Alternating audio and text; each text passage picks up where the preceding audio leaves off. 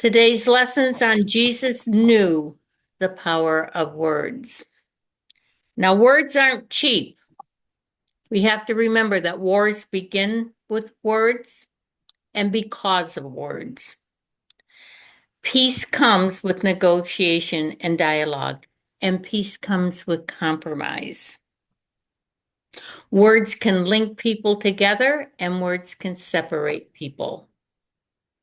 Now, I want you to understand as we go through with this is that words are not particularly powerful, but it's the intent behind them. It's the feeling that you put behind them. You can put love, you can put anger, and that perpetuates it in the other person. Words are a bridge into your future, and that's definitely something you need to think about. Words create your world. Genesis 1, 3-31, and Proverbs 18 and 21. Also, you're noticing, I'm sure many of you, that the people that are teaching in a new manner, some of the more younger people that are teaching, they are actually scientifically coming up with proof that words create the worlds that we live in. Jesus said that your words reveal what kind of heart you possess. That's in Luke. That's what he told us. Listen to what somebody tells you, and you know what kind of heart they have. We have to listen. Jesus said that words can move mountains, and that's the truth. But you have to know the direction. And the direction is to get your heart and your head in sync together. And the hardest things you can do, you can manage it. If you're not together, you will not complete a task that's extremely hard and extremely stressful for you to do. So remember, the heart reaches into the divine. That's the part of us that connects us with the divine. And just think about it and see how you feel about that statement. The words you speak matter, and your conversation matters also. But the thing we need to understand, it's our conversation with ourselves that matter the most. We can take a conversation from something simple to something complex and get a resentment, and we're off and running. You have to control your mind. Run your thoughts through your heart and see how you feel about that. So your conversation with yourself also matters greatly, as well as with others. Jesus said, every idle word man speaks is accounted for. And that's the truth because it creates our reality.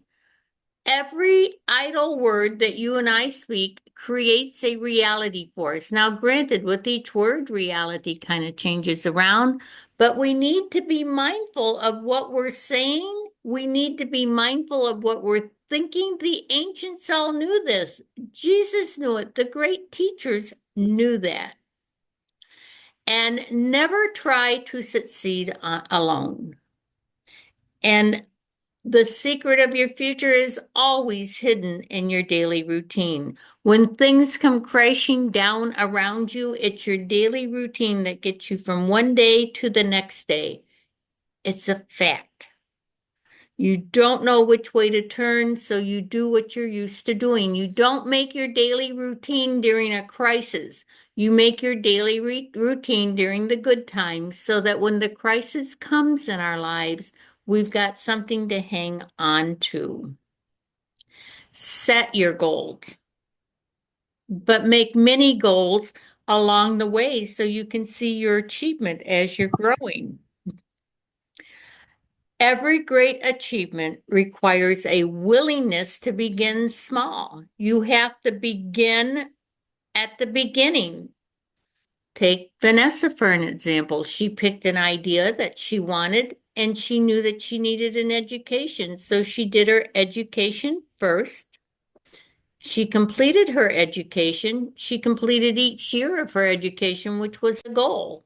till finally she has now gotten her entry-level job at the Berwyn Police Department, and I am sure that she will rise and do other things. Everything begins small, or maybe at the beginning is a better way to put it.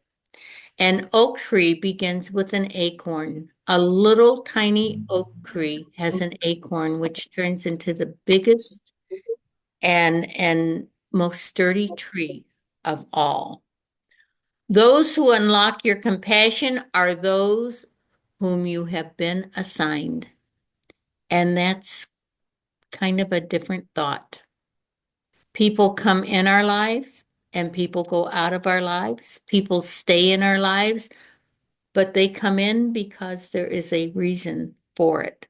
And the spirit isn't going to do anything to the other person if you all have a fight. Everybody's in it to learn. The spirit is the spirit for all people. The spirit of God, the spirit of Jesus, the spirit of the universe is for all people. And champions are finishers. But we have to remember the champion doesn't become a champion just because they finish first. The champion is in training for a long time to become the champion. Your exit will always be remembered longer than your entry. And that is definitely truth. And when you think of somebody, you think of the exit that they have made out of your life.